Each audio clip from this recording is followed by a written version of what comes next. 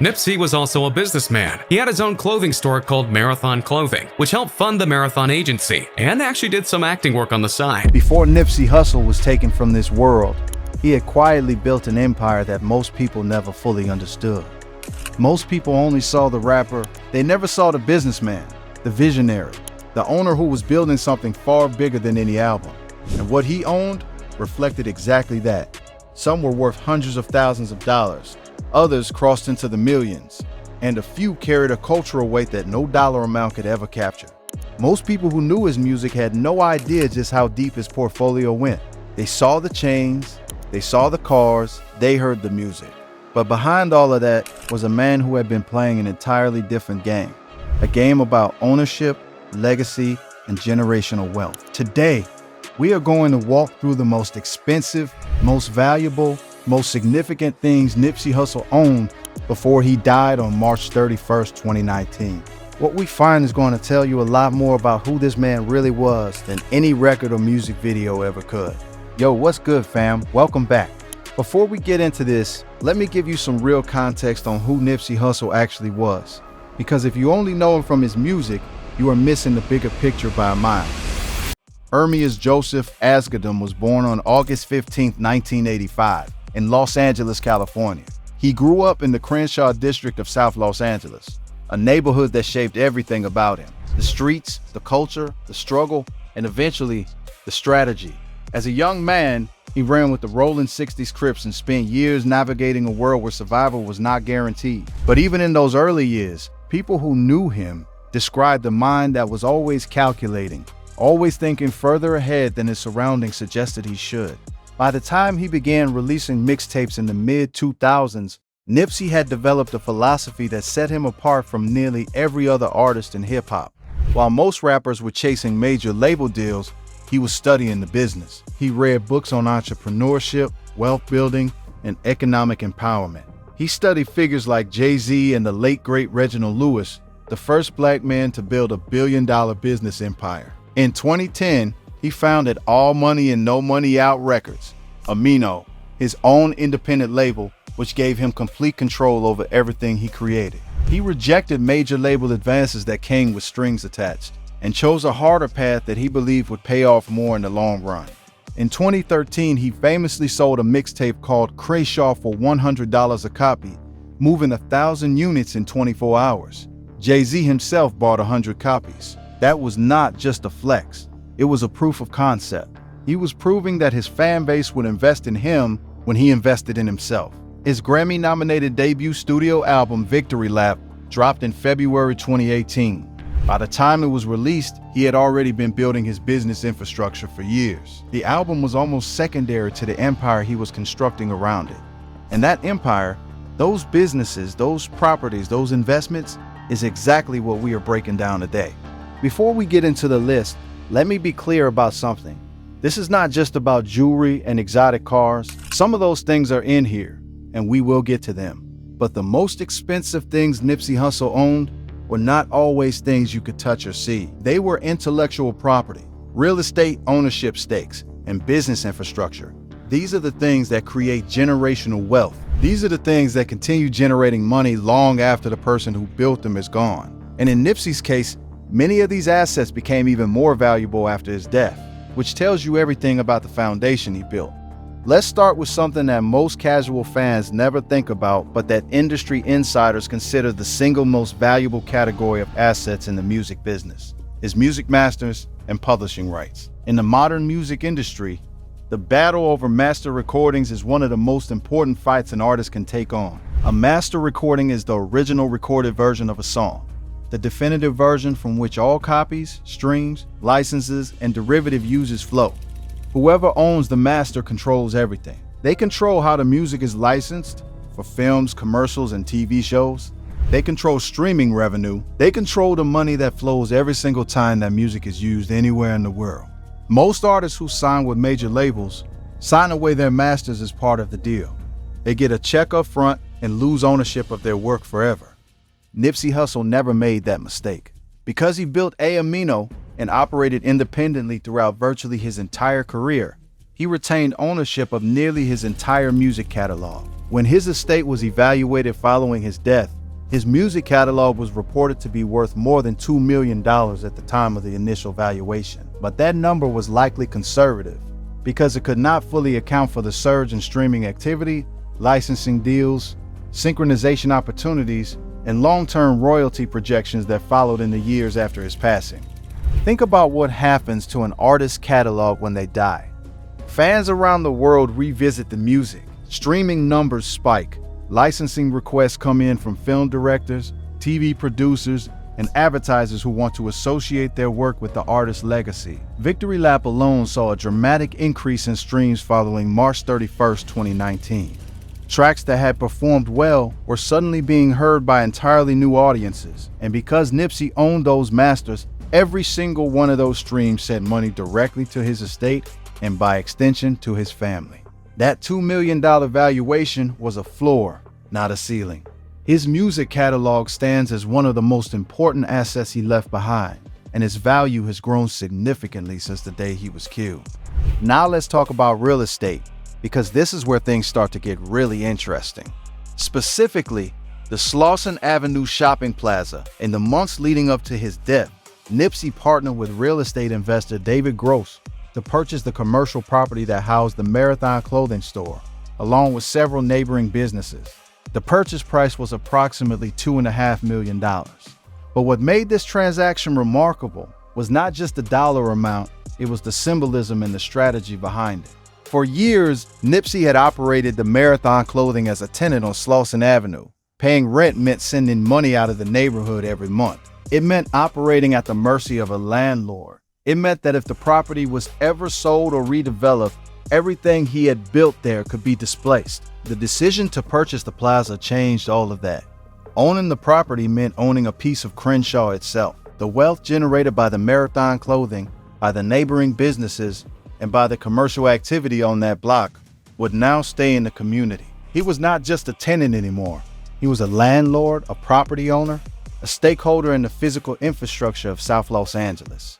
When Nipsey discussed his plans for the property in interviews, he talked about it as an economic hub, a place where Crenshaw entrepreneurs could operate, collaborate, and grow. He had spoken about developing the block further, potentially transforming it into a mixed-use space that could include residential units above the commercial storefronts. At $2.5 million, the plaza was one of the most tangible expressions of his belief that ownership, real, documented, legally protected ownership, was the foundation of everything.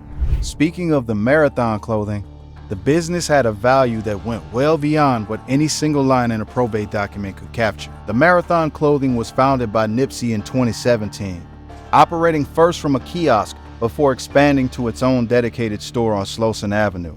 From the beginning, it was not conceived as just a streetwear brand. Nipsey had a larger vision for what retail could be in the digital age, and he acted on that vision with something genuinely innovative: the smart store concept. Customers who purchased clothing could download an app on their phone. When they aimed the app's camera at certain items or specific points within the store, the app would unlock exclusive digital content, music, videos, behind-the-scenes footage, personal messages from Nipsey himself. It was a merger of physical retail and digital engagement that was years ahead of where most fashion brands were operating. When probate documents were filed following his death, the Marathon clothing was listed at a valuation of approximately $271,000. But industry analysts were quick to point out that this number reflected a narrow accounting view and was nowhere near the brand's true market value. The Marathon name, the trademark, the customer loyalty, the merchandise inventory, the licensing potential, the global name recognition, all of that represented value that a simple asset listing could not quantify. Multiple analysts estimated the full brand value in the millions when those intangible factors were properly accounted for. The brand has continued operating under the management of his family and estate, with the store becoming a pilgrimage site for fans from around the world. Now let me break down for y'all what All Money and No Money Out Records really represented. Amino was not just a vanity label. It was the corporate backbone of his entire operation.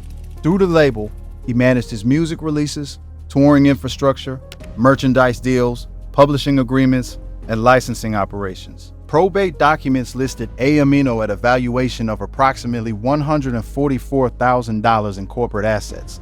But this figure excluded the actual value of the master recordings distributed through the business, which were evaluated separately. It also did not fully account for the ongoing revenue streams that continued flowing through the company's structure, even after Nipsey's death. More importantly, Amino represented something that very few artists in hip-hop history have truly achieved: complete creative and financial sovereignty. When Nipsey made a record, he decided how it was released. When his music was licensed for a film, he, not a label executive, received the fee.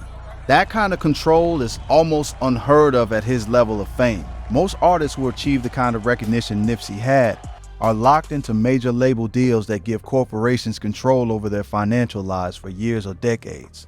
Nipsey rejected all of that. Amino was the institutional expression of that rejection. Now let's talk about the physical luxury assets. Nipsey Hussle had a known affinity for Mercedes-Benz vehicles, and perhaps no car in his collection spoke more clearly to his taste than the Mercedes-Maybach S600. The Mercedes-Maybach S600 sits at the very top of Mercedes-Benz's lineup. Built on an extended S-Class platform with a stretched wheelbase that creates extraordinary rear passenger space. Under the hood, it carries a twin turbocharged 6.0-liter V12 engine, producing approximately 523 horsepower and 612 pound-feet of torque. But performance figures almost missed the point of this car. Inside, the Maybach S600 features individually contoured rear seats that recline nearly flat, extended footrests, massaging functions, hand-stitched Napa leather covering almost every surface, a premium Burmester audio system, and interior wood trim assembled with the attention to detail you would expect from a bespoke furniture maker rather than an automobile manufacturer. It is the kind of car that heads of state ride in. Depending on the configuration, a new Maybach S600 during the period Nipsey owned one was priced between $150,000 and $200,000. What is significant about Nipsey's choice of this vehicle is what it says about his values. He was not driving a bright-colored supercar to attract attention. The Maybach is a statement made in subtlety, a vehicle that communicates success without screaming it. That is consistent with his entire business philosophy. He was not interested in performing wealth for an audience. He was interested in building it and living it quietly. He also owned a Mercedes-Benz CL600, a grand touring coupe featuring a similar twin turbocharged V12 engine and a two-door body that enthusiasts genuinely love. Probate documents valued the CL600 at approximately $40,000 to $50,000, and it served as one of Nipsey's regular daily drivers. That itself says something. Most people who own a Maybach reserve it for special occasions. Nipsey's regular driver was a V12 coupe that would have been the most impressive car in most parking lots in America. Now let's get real spicy, fam, because the next item on this list started as jewelry and ended up in one of the most prestigious museums in the United States, the Malcolm X diamond pendant. Nipsey commissioned a custom pendant featuring a solid gold three-dimensional bust of Malcolm X covered in diamonds. As an object of craftsmanship and materials alone, the pendant was worth tens of thousands of dollars. But this piece was not simply jewelry, it was a statement. Malcolm X is one of the most important figures in American history, a man who stood for Black self-determination, ownership, pride, and resistance to oppression. For Nipsey to wear his image to commission a permanent tribute to him in precious metals and diamonds was a deliberate act of cultural and political identification. He was saying, in the clearest possible way, that the values Malcolm X represented, ownership, sovereignty, community, were the same values Nipsey was building into every business he created. After Nipsey's death, the pendant was acquired by the Smithsonian National Museum of American History in Washington, D.C. Let that sink in for a minute. A piece of hip-hop jewelry, something that began as personal adornment, became a museum artifact alongside items from American presidents, civil rights leaders, and cultural icons. The Smithsonian recognized that the pendant represented something larger than its materials, an artifact of a movement, a piece of evidence of a moment in American culture when a young Black entrepreneur from South Los Angeles used his platform to honor the legacy of one of the most consequential figures in Black history. Its cultural value is beyond price, but here is where the story gets deeper than just luxury assets.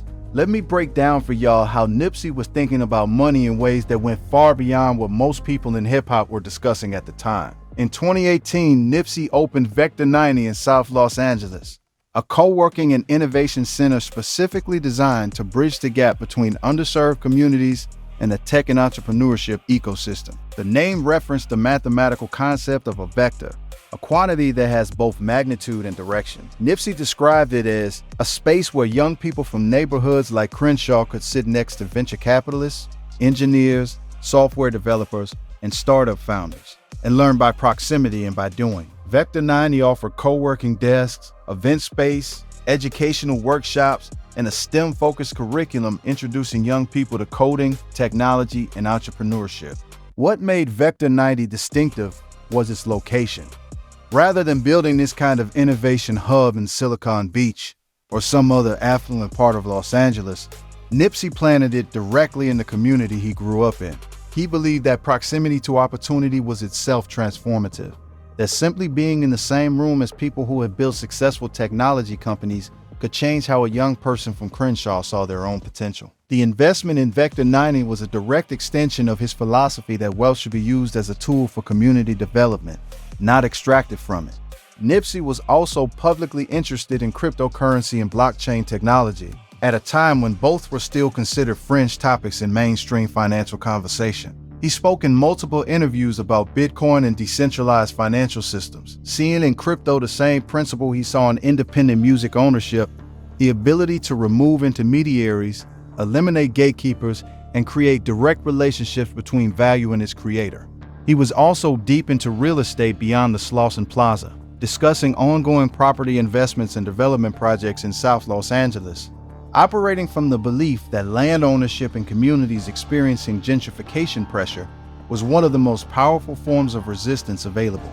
Shortly before his death, Nipsey had also entered into a significant endorsement and collaboration agreement with Puma, one of the world's largest athletic footwear and apparel companies. The full terms were never publicly disclosed, but the agreement signaled that larger corporations were beginning to recognize the commercial and cultural power of his brand. Collaborations of that nature typically involve upfront payments, royalty structures on co-branded product lines, and long-term licensing arrangements that can generate substantial ongoing income well beyond the initial deal. The announcement of the Puma partnership generated significant buzz in both the fashion and hip-hop worlds, and it raised the possibility of future collections and creative collaborations that would have extended his brand into new retail markets.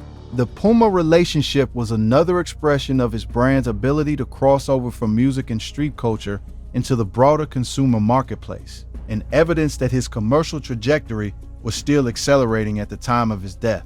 The real kicker, though, is what happened to Nipsey's estate after his death. Many of the valuations established in the initial probate filings were based on the business landscape as it existed before the world fully reckoned with what had been lost. On March 31st, 2019, in the weeks and months following his murder, something extraordinary happened.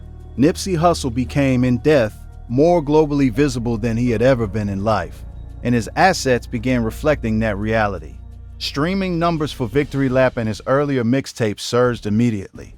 Songs that casual fans had never heard were suddenly reaching millions of new listeners. The Marathon Clothing's website was flooded with visitors. International media began reporting on who Nipsey was and what he had built, introducing his story to audiences in Europe, Africa, Asia, and beyond. Posthumous recognition, including a Grammy in 2020 for Best Rap Performance, further elevated his profile. All of that attention translated into real economic activity. Merchandise sales increased dramatically. Licensing requests for his music multiplied. The brand value of the Marathon Clothing grew in ways that a 2019 probate document could not have anticipated. This is the difference between assets that simply exist and assets that are alive, built on a foundation of genuine cultural meaning, community trust, and intellectual depth. Nipsey's assets continued generating value because they meant something to real people who kept discovering them and returning to them long after he was gone. That is what happens when you build something real. You cannot turn it off. It keeps running because it was never dependent on one person. It was dependent on an idea, and ideas do not die. One of the most important things to understand about Nipsey's relationship with wealth is that he had an internal filter that very few people at his income level actually maintain. The filter asked, is this an asset or is this a liability? Is this going to appreciate or depreciate? A Slauson Avenue Plaza is an investment. It generates rental income and appreciates with the real estate market. Music masters generate royalties indefinitely. A record label creates infrastructure that can house multiple artists and revenue streams. A STEM co-working center invests in the social capital of a neighborhood. When Nipsey talked about money in interviews, and he talked about it often and with unusual specificity for a rapper, he consistently came back to ownership as the foundational principle. He talked about the importance of intellectual property. He talked about real estate as the foundation of American wealth. He talked about the difference between income and assets, between money that comes in and then goes out, and money that is converted into structures that keep generating more money. This is exactly the kind of financial thinking that produced the portfolio we have been discussing. None of these assets were accidents or impulse purchases. They were the product of a disciplined long-term financial vision applied consistently over years. Compare this to the broader pattern of celebrity wealth, where high income is often accompanied by spectacular spending on depreciating assets, mansions that cost more to maintain than they are worth, fleets of exotic cars, entourages that require enormous payrolls. Many artists who generated similar income to Nipsey during their careers have ended up with far less wealth because they treated money as something to spend rather than something to compound. Nipsey did the opposite, and his estate is the evidence. And all of this was rooted in a singular commitment to his neighborhood. Nipsey Hussle could have taken his money and his talent and left Crenshaw behind. He chose not to. He chose to invest in Crenshaw specifically and strategically, treating his neighborhood not as a liability to be escaped, but as a community to be uplifted by his success. The Slauson Plaza was in Crenshaw. Vector 90 was in South Los Angeles. The Marathon Clothing employed people from the community. He understood that when wealth circulates within a neighborhood, when residents own businesses, own property, control commercial real estate, the community builds rather than depletes. He was trying to build a model that other entrepreneurs from similar backgrounds could look at and replicate. As we wrap this up, let me bring it all back to the central question. What were the most expensive things Nipsey Hussle owned before he died? The music masters and publishing rights, valued at over $2 million and growing.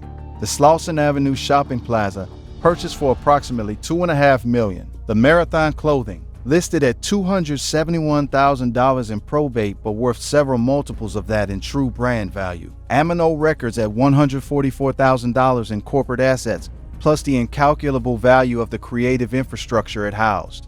The Mercedes Maybach S600 worth between $150,000 and $200,000. The CL600 worth $40,000 to $50,000.